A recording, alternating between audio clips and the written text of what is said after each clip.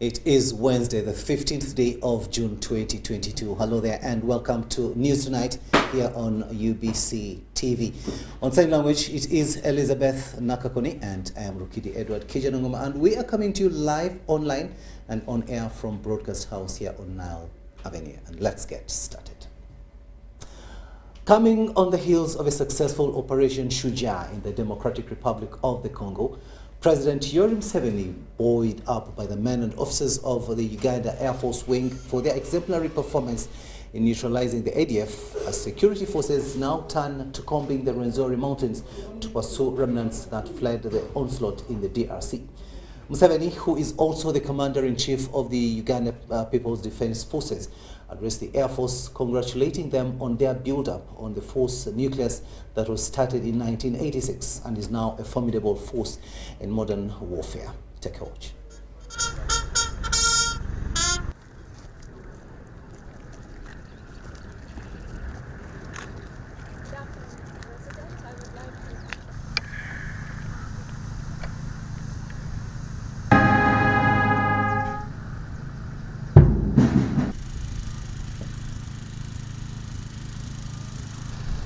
Junior officers, come forward and welcome us here and give you a brief. Invite the President of the Republic of Uganda, Deputy Commander Air Force, Major General Charles Rukidi. This required precision flying, accurately of the enemy location.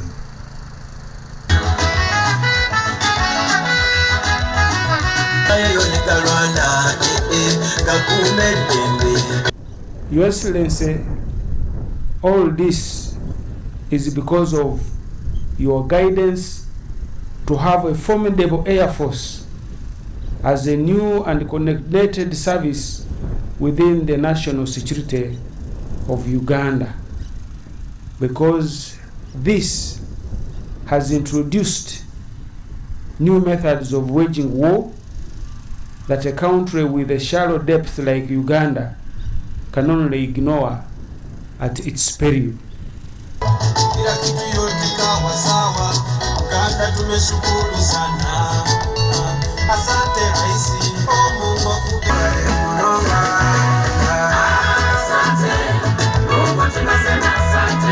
So that I can know how it is to support the Air Force. But also I came to congratulate you on your build-up, because in 1986 there was hardly any Air Force. We had to start afresh, get enough manpower so that we don't. So in spite of those bottlenecks, there's a nucleus now, and a good one. So the challenge now is to expand around the nucleus, and you get rid of all those gaps. And the nucleus has done a good job, like recently in the Operation Shujaa. You heard how the aircrafts were able to hit targets.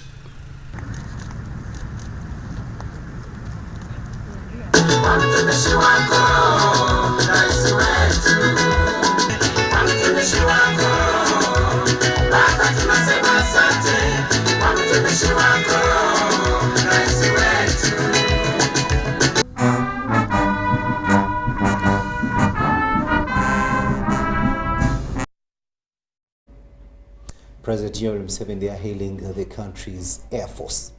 Now to the courts of law, where Buganda Road Court has charged and remanded former Forum for Democratic Change FDC President Colonel Dr. Kizza Besigye and DP's Lubega Israel with one count of incitement to violence. Now this follows their arrest yesterday in Kampala downtown, where they had started to mobilize traders to protest the skyrocketing prices of commodities in the country. Magistrate Asuman Muhomuza is presiding over this matter. Prosecution, led by Ian Chaze, informed court that inquiries in this matter are still ongoing, thus asking court for more time, which court granted. Although the accused's lawyer, Erias Lukwago, was set to apply for bail, this was impossible due to court's limited time. Now with this, court adjourned the matter to the 17th of June 2022. Central Division, without a lawful excuse, at an assembly, you make statements to members of the public indicating or implying that it would be desirable to demonstrate an act which was calculated to lead to destruction or damage to property. One would be right to say it was administration of justice in a hit and run fashion, because the way the magistrate bumped into the chambers and within a twinkle of one eye, the charges are read in a flash, very fast, and he says no, because of constraint of time, remanded. The proceedings didn't even last for 3 minutes. You can imagine. This is why we are saying this was management or administration of justice in a hit and run manner, which is really very, very unfortunate, because it amounts to a transgression of not only the due process, which is well provided for in the law, but also the rights which are guaranteed. Because you cannot remand somebody when you have not heard them, when you have not listened to them. He could have listened to what we had to tell him, at least maybe deferring the hearing of the application to Friday, or maybe saying the ruling is reserved for such a, but not even listening to us at all, not granting us audience at all.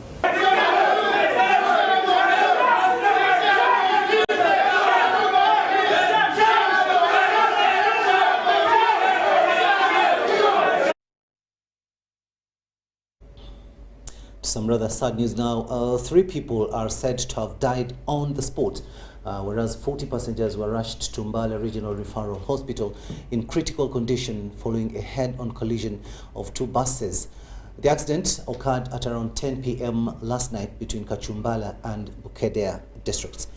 The Public Relations Officer, Traffic and Road Safety, Farida Nampima, said 2 males died on the spot, while 1 female adult died on her way to Kumbi Orthopedic Center.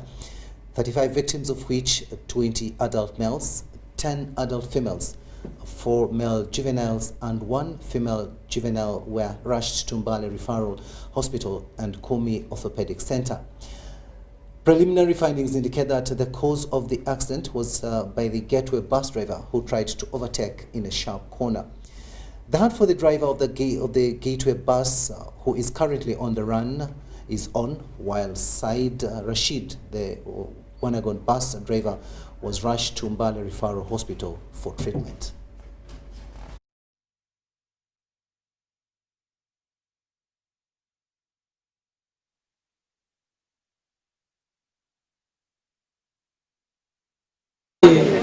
One of the bus coming from Kampala again. In fact, our driver, the one which was going to Kampala, used the control and eventually knocked the other one, which was coming from Kampala.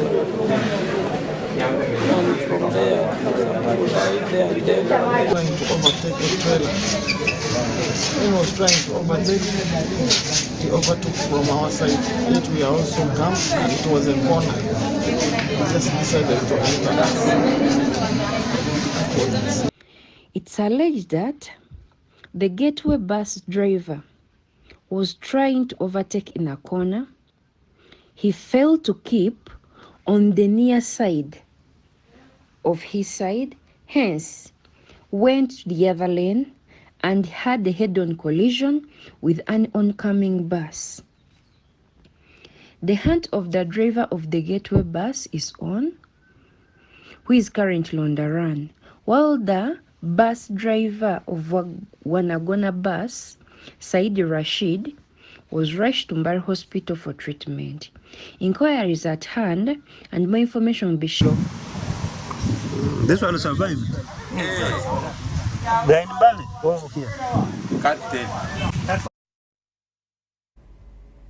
Very sad indeed, the road carnage, happening almost every other day on our roads, and there is much that the traffic police has to do, and also to caution drivers to not drive recklessly, because it's not only your life but also the lives of those people in your vehicle.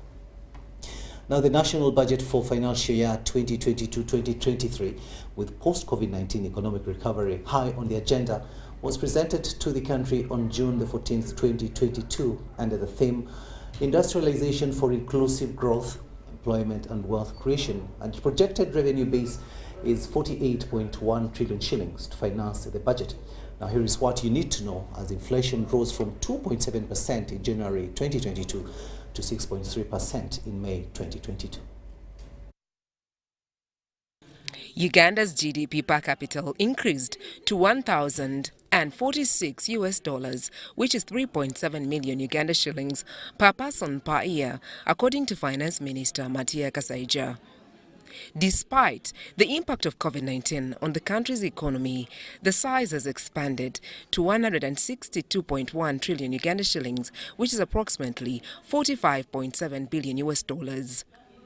On recurrent expenditure, Minister of Finance, Planning and Economic Development takes 2.3 trillion Uganda shillings. Minister of Defence and Veteran Affairs has been allocated 1.2 trillion Uganda shillings, while Lands, Housing and Urban Development will take 503 billion Uganda shillings. Monitoring and evaluation is very important. It is not enough to give a budget and you go out and give money without monitoring and evaluation. Effective monitoring will be important. You have seen the minister in charge of monitoring, Office of the President, going to places where they spent money, where they put the budget, and he finds nothing has been done, or he finds shoulder work has been done. And you see, when such thing happens, they blame it on the government, and they do the government they blame it on the NIM government. But do you know who implements government activities? Is the technical people, the public and civil servants. So we will need a lot of monitoring and evaluation so that we deliver what has been allocated. Budget allocations for financial year 2022-2023. 3 trillion Uganda shillings for improvements of security and security infrastructure. 1 trillion Uganda shillings for parish development model. To enhance anti-corruption drive, justice, law and order took the share of 1 trillion Uganda shillings. 381.6 billion Uganda shillings was allocated to judiciary. 95 billion Uganda shillings for DPP. 876.4 billion Uganda shillings for Uganda Police. 308.7 billion Uganda shillings for Uganda Prison Service. 79.4 billion Uganda shillings for IGG. On development expenditure, healthcare deliveries were allocated 3 trillion Uganda shillings, while Ministry of Energy gets 1.5 trillion Uganda shillings for sustainable energy development. Uganda National Roads Authority has been given 2.5 trillion Uganda shillings in development expenditure, signaling the significance of infrastructure in the post-COVID-19 recovery. 628 billion shillings to mitigate climate change. 564.39 billion Uganda shillings a boost for agriculture production. 1 trillion shillings agro-industrialization standards and market entry. 194.7 billion shillings for tourism. 904.1 billion shillings for development and commercialization of minerals, oil and gas. 1 trillion Uganda shillings for water and environment sub-program. 4 trillion shillings for education and skilling. 274.4 billion Uganda shillings for advancing innovation. 4 trillion Uganda shillings for transport and infrastructure. 1 trillion Uganda shillings for power infrastructure, 124.2 billion Uganda shillings for digitalization, 495 billion Uganda shillings for salaries of medical workers, scientists and science teachers, 5 trillion Uganda shillings for decentralization, funding and local government. Alarm has been sounded on the rising public debt, which increased by a whopping 15% from 2020 to December 2021 to the last recorded 73 trillion Uganda shillings. The private sector needs to keep working with us in a way of asking that we facilitate them, not giving them money. We create an enabling environment, we find markets for them, we ensure we have systems that ensure quality and standards, because the private sector, they want a profit and they are willing to make a profit and they have invested. That no economy can do without debt. USA has debt, and actually USA has Chinese debt. So you can see a developed country has a developing country's debt. So no country will stop borrowing. I always encourage that the easiest way to get foreign exchange is by exporting, by earning it. But countries where they get debt. Debt is expected to continue rising, with projections it will get to over 52% of GDP, with government hopes for recovery and improvement of household income stacked on the parish development model. The budget committee was unhappy with the homogenic allocation of a flat rate of 100 million Uganda shillings per parish, which they said is not alive to the dynamics of every parish in Uganda. The shilling depreciated by 1.7% in 3 months to June 2022 and by 6.7% against the dollar between June 2021 June 2022. Sandra Kahunde, UBC News. There you have it as far as this year's budget is concerned, and thank you so much, Sandra, for breaking it down for us. Now, Parliament has distanced itself from allegations that it awarded each member of Parliament 40 million shillings. The Director Communication, Chris Obore, has challenged all members of Parliament claiming to have received the said money to present evidence and report the matter to IGG for investigation. We have more in this story. Parliament hasn't paid any member of Parliament any money outside what they are statutorily supposed to get. Parliament has rubbished allegations that each member of Parliament was awarded 40 million shillings. In his letter dated 15th July 2022, the Director Communication and Public Affairs at Parliament, Chris Obore, refutes the allegations made by a section of members of Parliament from the National Unity Platform. If they think they have been paid, even those who are saying we have received, just like the COVID money, go to your bank, give a journalist a pay slip, because Parliament sends every person their payslip. In an interview, Chris Obore termed allegations as political gimmicks and a deliberate move intended to taint the image of the Speaker of Parliament, Anita Among, and the leadership of Parliament. The intention is to gain maybe a publicity stand. Of course, I'm aware that there is also politics of trying to smear the current leadership of Parliament, especially the Speaker, Right Honourable Speaker, Anita Among. Although a section of members of Parliament confirmed having received the 40 million, Obore clarified that any payment made to members is captured and remitted to their individual accounts in accordance with said procedures, other than the alleged manner of distribution. If indeed the members felt they received a bribe from wherever, are they blind to the leadership code act that stipulates that the giver and the recipient are both guilty of corruption? Obore has, however, challenged all those alleging to have received the money to present their evidence to the Inspectorate of Government for investigation to support their claims. On a similar note, he challenged the journalists to revist their scales of objectivity and further asked the general public to handle the allegation with contempt. If they are not guilty, that's why I asked, why wouldn't the members go to IGG The bribe received by members of parliament is alleged to be a reward for their approval of the 617.9 billion 2021-2022 supplementary request that was approved just a week to the budget reading. Susan Nawonga reporting for UBC TV. And we'll remain with the budget momentarily. And as the public awaits implementation of the national budget for fiscal year 2022-2023, experts believe that strategies to balance the economy should be prioritized to avoid spillover effects. Now, this also comes at a time when the country is grappling with inflation, which has left different sectors in a sorrow state. Basing on our interviews with a section of members of parliament, both the informal and private sector need adequate support in order to decrease on the high dependency on imports. In a very traditional stance, where he comes. The Minister for Finance, Planning and Economic Development, Matiya Kasaija, while presenting the national budget for financial year 2022-2023, asserts that government efforts to influence the price levels, whose changes are driven by external factors, are outside its control. Kasaija reveals that the overall inflation has considerably increased from 2.7% in January 2022 to 6.3% in May 2022. We will therefore not be applying measures which can lead to long-term and painful distortions in the economy. For example, persistent shortages of goods, hoarding, and black markets.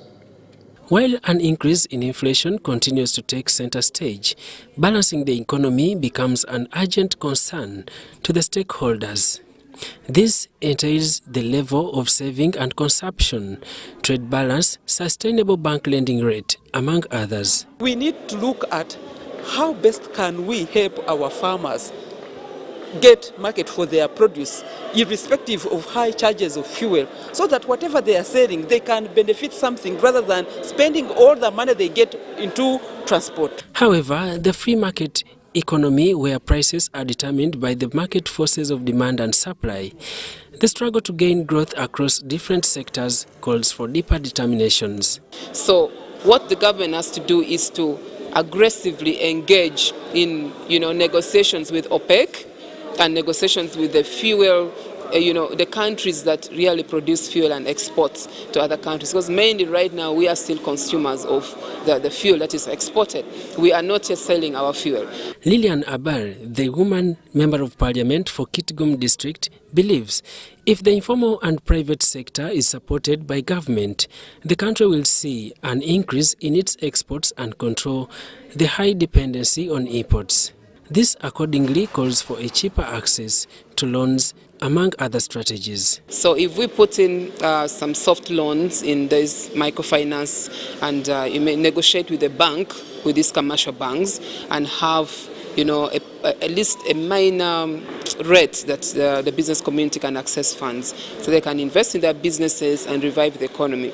Government recently introduced the Parish development model to curtail the gap between the subsistence and money economy, with a target to transform about 39% of the population in the subsistence economy.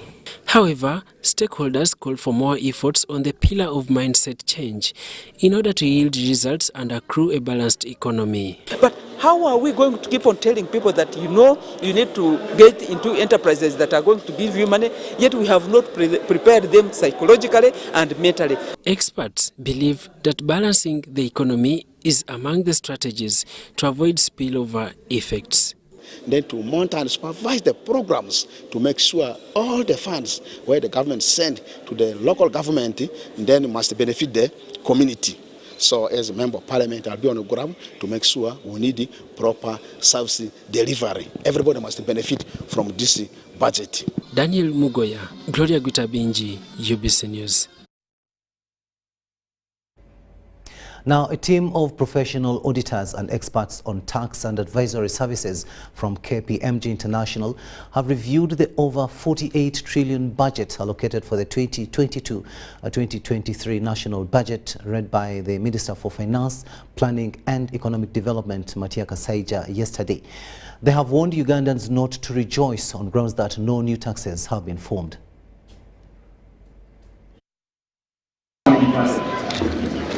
Yesterday, the Minister of Finance, Planning and Economic Development, Matia Kasaija, read the 2020-2023 national budget. At the process of getting the households still engaged in subsistence into the money economy. Moments after his presentation, individuals, organizations and groups started analyzing the budget, giving their own opinions. And among these was KPMG, a global network of professional firms providing audits, tax and advisory services. The experts commended the Ministry of Finance for not introducing new taxes, as these would exploit Ugandans. However, Dr. Fred Muhumuza, an economist and lecturer at Makerere University, warns Ugandans not to celebrate over this. Things in this budget, from a tax perspective, as the minister said, you are not going to introduce new taxes. Not say there are no taxes to pay. If you say there are no new taxes, it means the old taxes are available. So those who have not been paying the new tax, the old taxes, we look at them as new taxes because we are going to emphasize enforcement. The experts are worried about the interest rates on Uganda's foreign debt burden and cautioned the citizens to be cautious about the amended Tax Procedures Code Act, as it could lead to penalties. We are beginning to continue with our concerns about the borrowing. Most people have been considering borrowing in terms of debt to GDP and saying as long as we are below 50% it's okay, which is not right. But now we seem to have crossed the 50% mark. Tax Procedures Code Act has been amended to bring in several penalties. And these penalties, as the minister said, they want to enhance domestic revenue mobilization, which means they are going to ensure that the taxpayers are more compliant. Peter Chambade is not certain whether government will meet the set taxes on local collections and queried Uganda's mid-term economic status. 3.7 trillion is supposed to come from tax revenue. And of course, when you look at our tax base, which is very small, realizing the revenue target will not be very easy. The issue of escalating prices on essential commodities was among the debated subjects by the experts. However, they attributed this to poor policies. The national budget has just been read. I think many people were trying to find answers, tried to analyze for people what has actually caused the high inflation. I think there's very little you can blame to the local policymakers. And it's all coming from the disruptions that came along with COVID. I'm Ivan Juko for UBC News. Let's go downtown Kampala now, where the business community there has reacted to the 48.1 trillion shillings budget read yesterday by Minister Matia Kasaija. Now, businessmen attest that some of the key issues, including tax reduction and the cost of doing business, were not considered in the budget. Our reporter Saddam Mubale was there and filed this report. The Finance Minister Matia Kasaija on Tuesday read the budget of 48.1 trillion shillings for the financial year 2022-2023, which seeks to enhance Uganda's economic recovery.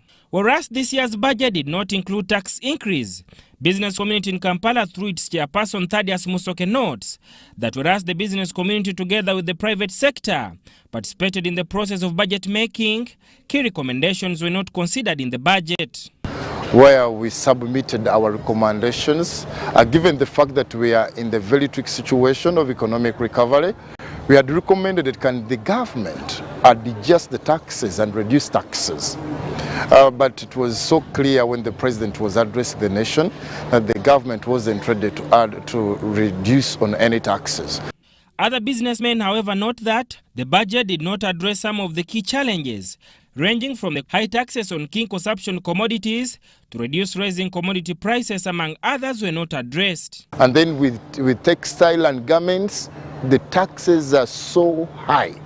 We thought that the government will consider our proposals, but unfortunately, they were trashed. Just manufacturing toothpicks in Kampala and importing it from China, it is cheaper importing it from China just because of the electricity tariffs. They are high. So, and yet we have all the raw materials, but just the issue of power. Ekisooka ebintu ebyetaagisa okubeera nga byali badde bigenda mu kasente tebyafunye kasente kali awo kamala bulungi. Akulembeze batuyambe bakyuseemu ku prices z'ebintu kuba tuli wano tutula maduuka tulina kusasula renti ne baklante tubalaba transport yalinnya mutalinnya ennaku zino tetukyasobola. Market vendors, however, appreciate the government for reducing taxes on pesticides used for food cropping fumigations, which will reduce the cost of some agricultural products. Abalimi, President yajje emisolo ku mbeera y'okufukirira ebyuma ebifukirira ennimiro zaffe ezituwa ebintu. Tusuubira tino ebirime season eno President yatulowoozezaako nnyo emirime bigenda kudda wansi. Another sector which will reap big from the budget is women entrepreneurs sector, which was allocated 781.2 billion shillings. This, according to women leaders, will empower women entrepreneurs to transit from subsistence economy to commercial economy. Sente zina bazijja direct ku ground nga bakyala bagenda zifuna as capital, starting capital zijja kubayamba nnyo kuba nti ate basobola okuyingira mu ziparishi modo n'emyoga kuba you first save then olyoka ofuna sente zoyagala okukozesa. Others appeal to the government to draft an inclusive budget next time, which involves consultation from grassroots before approval of the budget is done. Basobola okujjanga naffe batwebuuzeeko. Tebajjangako eno okutubuuzaako ku nteekateeka ya budget eyo. Biki bandibadde bibulamu, biki bandibadde twongeramu, tulanga tukola ki? Nga naffe tuyingira mu butereevu. Saddam Mubale, UBC News.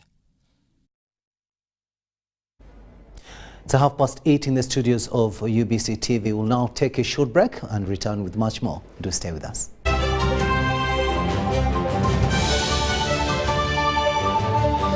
The Tales of Kasozi, brought to you by Uganda Communications Commission.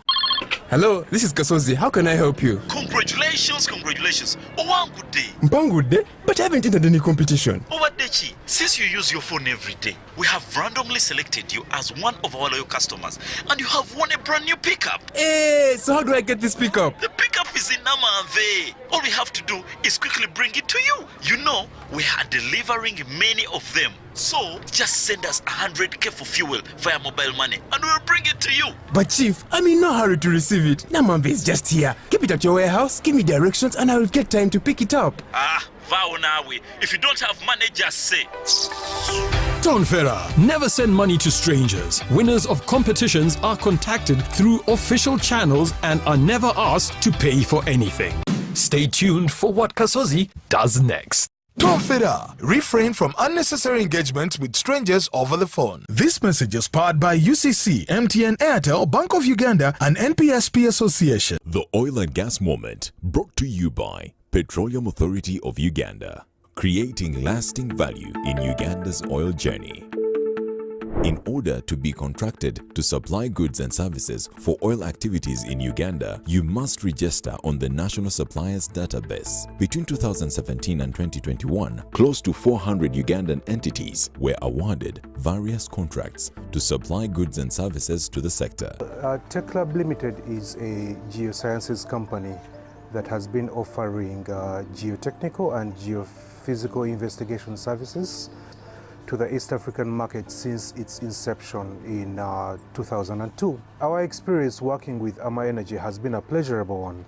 The seismic surveys have always been on our radar, and when this opportunity came up, we put together a winning bid and became the first Ugandan company to provide seismic services under an oil and gas contract in Uganda. Registration on the National Suppliers Database is free. Visit www.pau.go.ug, creating lasting value in Uganda's oil journey. Get connected today with the My Airtel 4G smartphone and enjoy free data for 1 whole year worth 86,500 Uganda shillings. That's free 2 GB for the first month and free 1 GB for the next 11 months at only 250,000 Uganda shillings with free data for 1 whole year worth 86,500 shillings, making the effective price of the 4G phone 163,500 shillings only. Airtel, the smartphone network. Fellow citizens, thank you for diligently and consistently honoring your tax obligations. It is through your collective contribution that the government is able to provide social services. In spite of the simultaneous global crises that have hit our livelihoods and businesses, you have proven that as a people, we can rise up and still mobilize domestic revenues enough to sustain us as a country. As we close in to the end of this financial year, I urge you not to lose the momentum and resilience that you have demonstrated all year through. Please file your returns and remit your taxes in time to avoid unnecessary inconveniences that come with non-compliance. As Uganda Revenue Authority, we are committed to facilitate you in honoring your obligations through a reliable and delightful service. I invite you to use our various e-platforms to remit your tax contributions with ease and on time. We have extended all our working hours at all our border stations, the bonded warehouses, and service centers. Should you need further assistance, please contact us via our toll-free lines and our WhatsApp platforms. Tax is the surest way of liberating our country from the bondage of economic dependence. Let us all play our part, pay our dues, and develop our country. For God and my country. Uganda Revenue Authority, developing Uganda together. Meet Professor Petero. He knows something every hustler in UG is gonna love. Oh, see. You say I was just trying to get the documents to register for Airtel Money Pay. You don't need the documents. You just set for register. What's going on here? He sells things from the shop, and behind my back, he gets the money and gives it to his girlfriends. But just get Airtel Money Pay so that all money comes direct to your business wallet, and only you, the owner, have access to it. Just dial *185 *10 hash, and now you are on. No waiting. Huh? This insanity is sweet. Give them also. I only take Airtel Money Pay. It's easy and secure. Yes, become a safer and more efficient cash-free business today. Easy. Not mixing your business money with your Kameza money. No, that's efficient. Airtel Money. Instant, secure, borderless. Football packages, great entertainment, sports, the local content, telenovela, the movies. There is something for everybody. Go TV, this is where the stories live. Get the best entertainment for any budget. With GoTV, you will have great entertainment for as little as 13,000 Uganda shillings per month. GoTV, great stories, Zidiwano. GoTV Uganda, love it.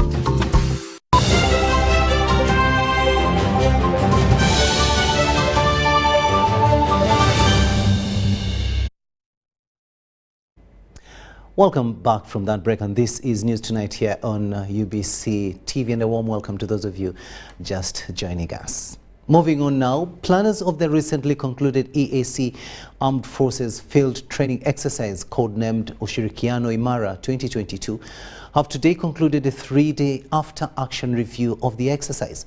Representatives from all 6 EAC partner states, including Burundi, Kenya, Rwanda, Republic of South Sudan, Uganda, and the United Republic of Tanzania spent 3 days at the Civil Service College, Uganda, to assess the exercise outcome and write the exercise report. The 12th EAC Armed Forces Field Training Exercise, Ushirikiano Imara 2022, was conducted from the 27th of May to the 15th of June 2022 in the eastern districts of Buikwe, Jinja, and Mayuge. The next edition of the EAC Ushirikiano Imara Command Post and Field Training Exercise will be hosted in 2023 and 2024 respectively in the Republic of Rwanda.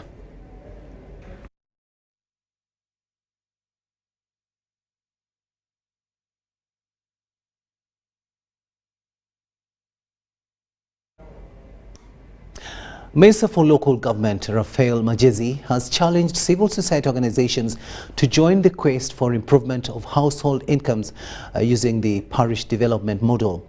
Majezi says civil society has a role to play in keeping government in check during the implementation of the new parish development model. He was officiating during the roundtable high-level meeting for the support and efficient implementation of the PDM, an event held at Fairway Hotel here in Kampala. The concerns have been many. What is PDM? From what the parish development model is. Who is it focusing on? Who it is targeting. Just make sure that we are all at par. And what it is meant to achieve.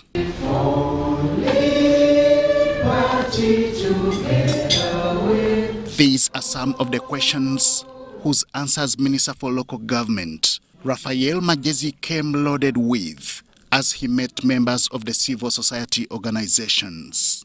Parish model is not for everybody. So people should not think that now time has come for us to share. We are 10 people, we all share. We have got 100 million. No. In a high-level meeting for the support and efficient implementation of the parish development model, the role of CSOs was emphasized. I was talking to my enterprise coordinator today.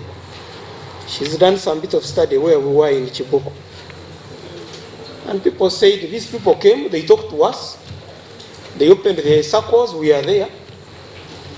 But so what? So we are waiting for them to come back.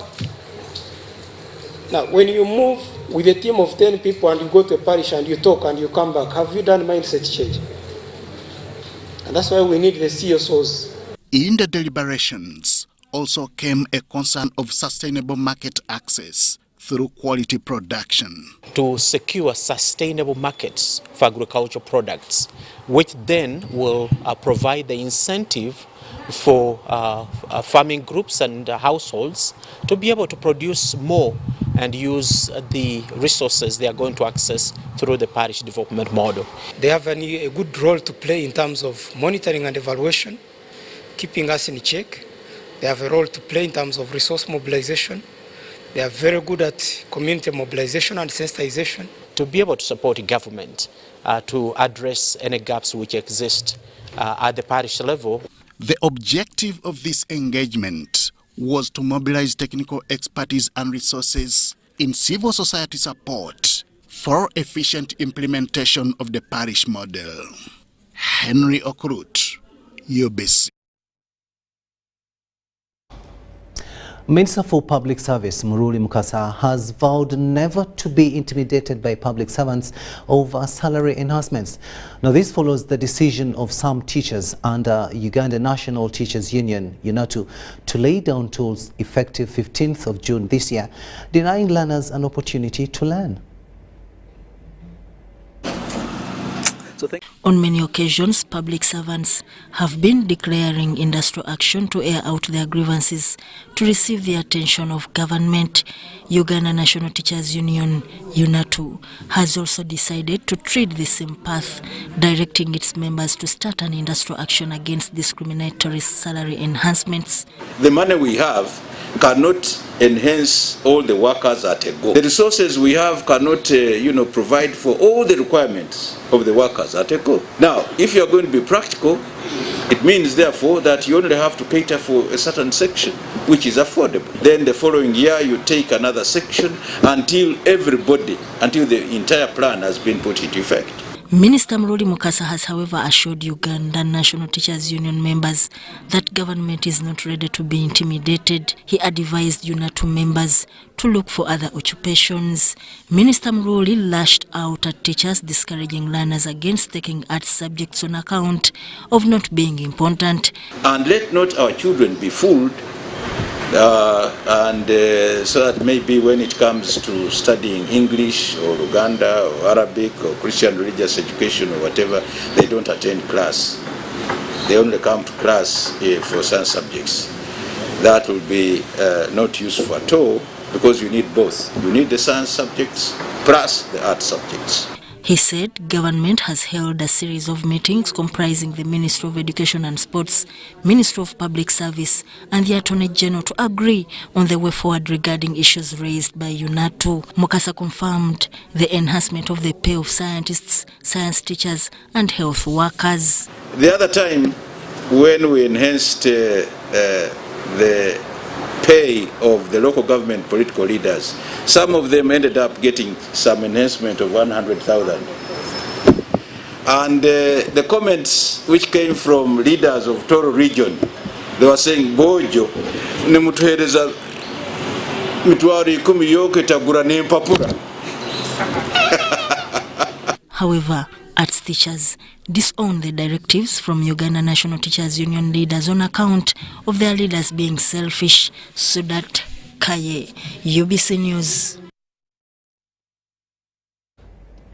The UPDF Land Forces Commander, Lieutenant General Muhoozi Kainerugaba, has urged the youth to embrace ICT as a supplement to talent if they are to have a bright and prosperous future. General Muhoozi, through an audio recording, was addressing thousands of his supporters who on Tuesday, the 14th of June this week, gathered at Nyakashara Playground in Kirura District for the MK Homecoming Sports Gala. We have more in this report. On Tuesday, 14th June 2022, hundreds of spectators gathered at Nyakashara Playground in Chirhura District ready for the MK Homecoming Sports Gala. The participating teams were drawn from the districts of Greater Chirhura and competed in a variety of sports disciplines.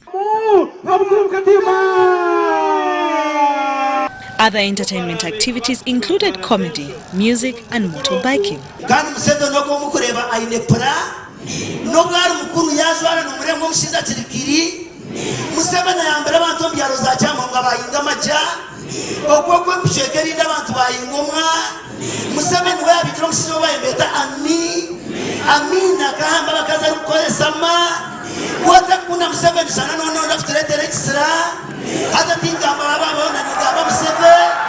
The event was initially organized to welcome home the son of the soil, Lieutenant General Muhoozi Kainerugaba, the Commander Land Forces. Diaspora for General MK is really organizing a mega get-together event which shall take place on 19th June, which is next Sunday.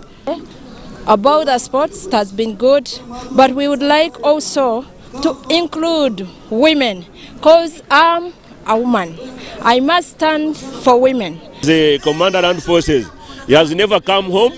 Today, we invited him to come home and interact with his parents and his friends and his village mates and regional mates.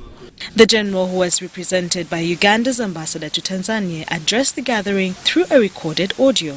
Sports teaches people, especially the youth, the value of teamwork and to try to achieve a common goal. He wasn't able because of national duty. He was supposed to come, but he had other national engagement and he could not turn up. UPDF, where he serves as the Commander Land Forces, is mandated by the Constitution of Uganda to defend Uganda and the people of Uganda. And therefore, General Muhoozi could not make it here today because he was fulfilling his constitutional mandate, defending the borders of Uganda, which we understand some negative elements are trying to cause trouble between our borders, between Congo, Rwanda and Uganda. Muhoozi invited the youth to embrace ICT. I would like to thank the members of the mighty UPDF for continuing to protect our country and for continuing to defeat all those who would want to do harm to Uganda.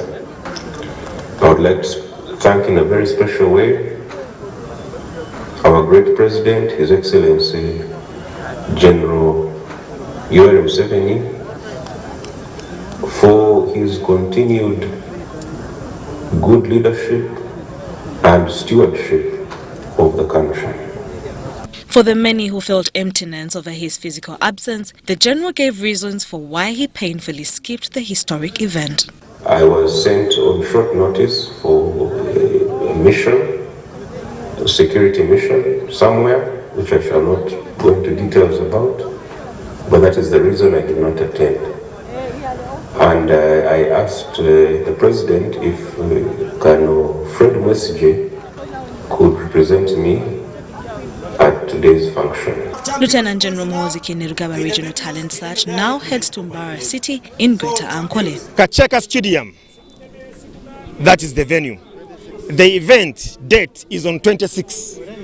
Okay? Our chief guest is Muhoozi General Kainerugaba. The NK Chirhura Sports Gala was owned by Kazon District, followed by Chirhura Sports. Sharon Chomdisha, Robert Onyango, UBC News. Now matters closer to home. UBC Totore in Moroto has got new premises in Sinjira in Moroto municipality. The station was opened in 2015 on a presidential directive to have a radio station in Karamoja. The Assistant Commissioner Programs, Minister of Karamoja Affairs in the Office of the Prime Minister, Tony Emi Amenyi, officiated the handover at KDA. The structure formerly housed Karamoja Development Project. And we wish all the very best, and we look forward to more. UBC Totore is a Uganda Broadcasting Corporation radio station which broadcasts Akaramojong, Kupusabiny, Lebthu and Kiswahili, among others. It was started in 2015 as a presidential directive to have a radio station to promote government programs in Karamoja sub-region. UBC manager radios Doreen Des narrates the struggle to acquire decent premises since 2015. From almost nowhere. And this is a great step for UBC radio, especially Totore FM. We are going to refurbish it, improve it, and establish a properly functioning radio station for Karamoja region. We're handing over the way it is. Going forward.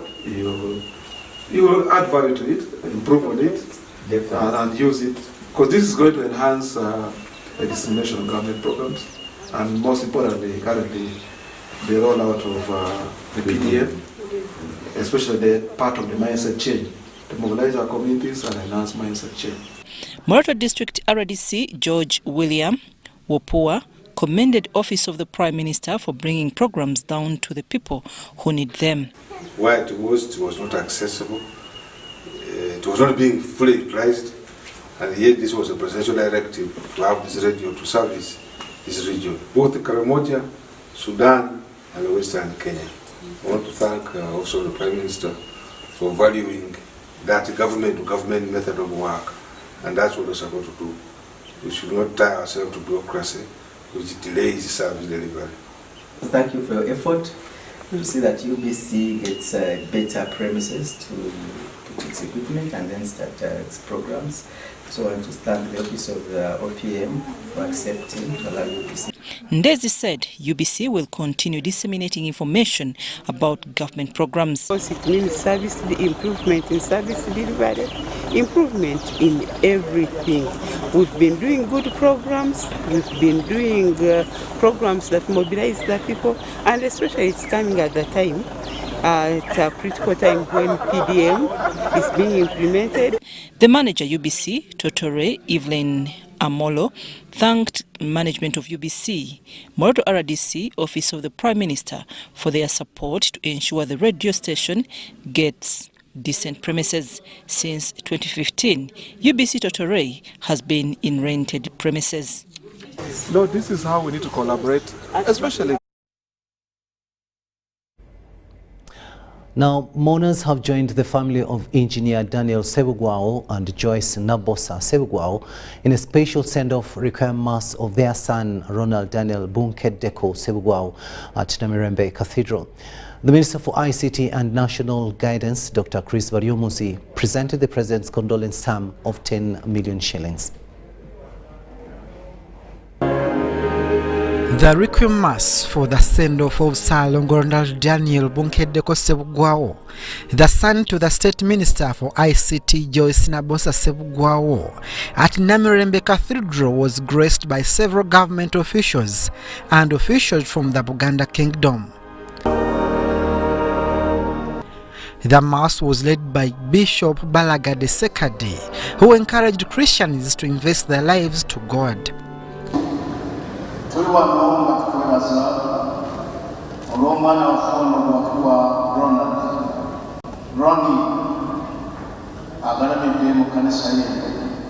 The Minister for ICT and National Guidance, Dr. Chris Baryomonsi, who represented government, reiterated government's commitment on improving the health sector. I agree with you that all of us should strive to continue improving health care in this country. On that point, we are speaking the same language. And that's what we are doing as government, that we continue to improve health care in this country. That one we agree. Buganda Kingdom was represented by the second deputy Katikiro, Wagwan Sibirwa. Tubasaasidde nnyo wamu n'ab'enju yammwe yonna olw'okufiirwa okwo okunone bwe kuti. The Kabaka of Buganda sent condolences through his brother, Prince David Kintu Wasajja. Bannaffe, tubeegattako okukungubagira mutabani wammwe omwagalwa omuko Ssalongo Ronald Bunkeddeko Sebugwawo. Okufa kwe okwekibwatukira ffenna kwatukubye enkyukwe. Mukono Ronald Mwenda Mutebi Kabaka. The State Minister for ICT, Joyce Nabosa Sebugwawo, the mother to the deceased, praised God for the life of Ronald Daniel Bunkeddeko Sebugwawo. Kubanga ne Mukama ayagala ebirungi. Mukama anogaye bw'ogenda mu bimuli onogaye ekisinga obulungi. Katonda anoga abalungi n'abatwala. Anoze Loni amangu ennyo ku mbiro. Netumanya nti amututte tayagala ayonooneke. Ssalongo Ronald Daniel Bunkeddeko Sebugwawo is survived by 3 children. Abdul Nasir Lubwama, UBC News. And may the soul of the deceased rest in eternal bliss. Now, the World Health Organization representative in Uganda has called upon the public to increase on the intake of booster COVID-19 vaccination to prevent the diverse effects of COVID-19 deadly virus. The whole plea comes weeks after an upsurge in the new cases of COVID-19 virus in the country. In an exclusive interview with UBC TV, the WHO country representative Dr. Jonas Tegen Waldemariam noted that the new COVID cases in the country are predominantly still with the Omicron variant. The new upsurge of COVID-19 cases currently in the country are entirely blamed on the laxity of the standard operating procedure and guidelines put in place by the Ministry of Health. Most of people are not following the public health precautions like wearing masks, hand hygiene, distancing, as well as vaccination. We are not reaching a stage of vaccination which would give enough herd immunity to suppress any potential upsurge. The World Health Organization country representative Dr. Jonas noted that COVID-19 vaccination rate in the country is still low to give herd immunity against the virus. And in the case of Uganda, I think we haven't reached an optimal level of vaccination of the population, which means we are still vulnerable. But we have opened up, and we are not strictly following the SOPs. And of course, for some of the people who have been vaccinated, I think some of the immunity is decreasing. So the vulnerability is there. According to the World Health Organization statistics, indicate that Even the people who are fully vaccinated, immunity decreases after 6 months. Thus, a need for a booster COVID-19 jabs. The current data is indicating that we need a booster.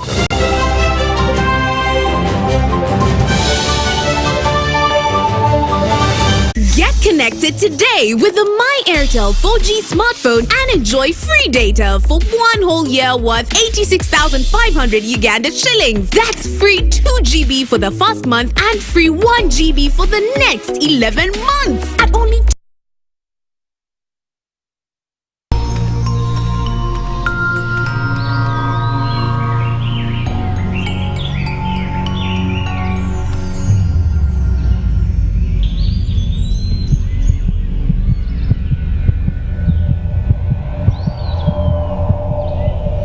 We can't tolerate sexual harassment. Sexual harassment is unacceptable in our school.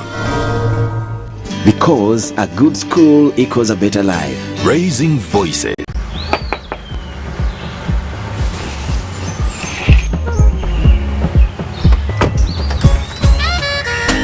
Jennifer, Jukila, Rewagamba, I don't have waka.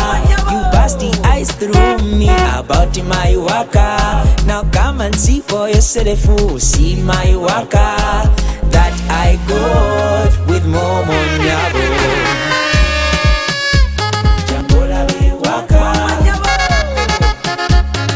look at you waka, see my waka that I got with Momo Nyabo. Show them waka with MTN Momo Nyabo. Simply deposit 20K or more on your mobile money for a chance to win 3 Toyota Succeeds and money to 2,000 lucky winners every week. We're giving away 24 cars and over 2 billion shillings of mobile money.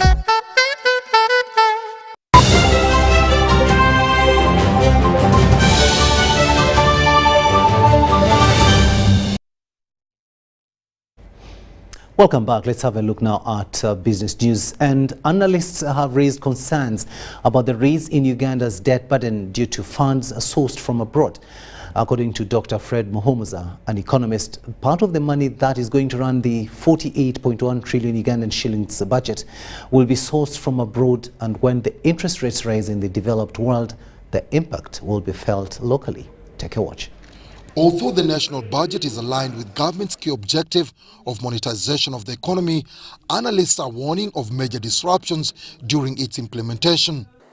It's a Ugandan budget, but within a global context, and the global context is really not very giving us good hope pointers that we should be taking for comfort. The Ukraine war is going to continue, and while you look at the Ukraine war, you read about the Ukraine war, there's one which journalists are not covering except a few highlights that come in on Twitter. There is a war down in DRC, and as you know, we are on the DRC side trying to pacify the eastern region of DRC. Operation Shuja is ongoing, but there is a certain M23, which is not a country, but really a fighting force. And if the M23 is fighting the Congolese army, and the Congolese army is being helped by Uganda to pacify the region, so that's an area we also need to take interest in and not just talk about Ukraine and Russia. Uganda is pushing forward with recovery and stabilization during tough times. When inflation is approaching a double digit, the cost of living is skyrocketing and the cost of money is beyond reach for many entrepreneurs. The capitalization of Uganda Development Bank is good news for the business community, but the private sector umbrella body is not contented with its reach. When you look at, for instance, on the cost of capital, we can say very clearly that the access is improving, but the cost is not. Our manufacturers have told us many times that the kind of money they need is single digits in terms of interest rates, and should be long term. Now, these sorts of money is not that very much available in this country here. The cost of transport and logistics and the investments in the oil and gas sector is delved into as well. In the budget speech, you still have things of compensation for standard gauge railway, which standard gauge railway is supposed to be Malaba to Kampala, but also there is money that has been put in the budget to start the meter gauge railway, which is exactly along the same route. but we all know that the Lake Victoria covers exactly those same connections. So can we have a strategy really on how do we move goods from Malaba to Kampala cheaply, efficiently? These are the real logistical things that you want to have a discussion on. The government has said it's repairing the meter gauge. We are happy. Otherwise, they had even forgotten all about it. We are hoping that when we start now moving cargo on rail, we definitely will have the cost of goods coming down. A people-centered approach to planning and budgeting is becoming more important than ever due to the change in the global economy, a shrinking fiscal space, climate change, and the severe effects of the COVID-19 pandemic. Dennis Igoa for UBC News in Kampala.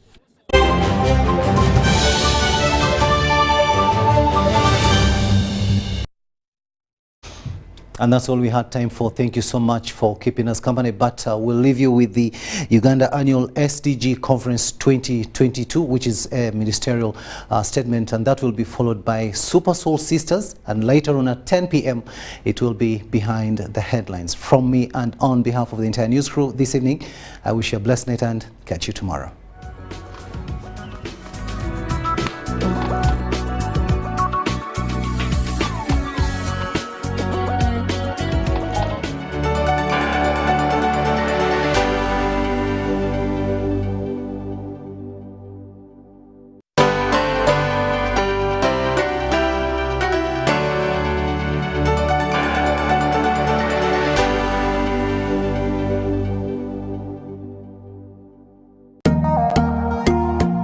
The Ministry of Finance, Planning and Economic Development, Uganda Revenue Authority and partners invite you to the post-budget breakfast conference to take place on 20th June 2022 at Hotel Africana, Kampala from 8 a.m. to 1 p.m. We shall thereafter hold other regional engagements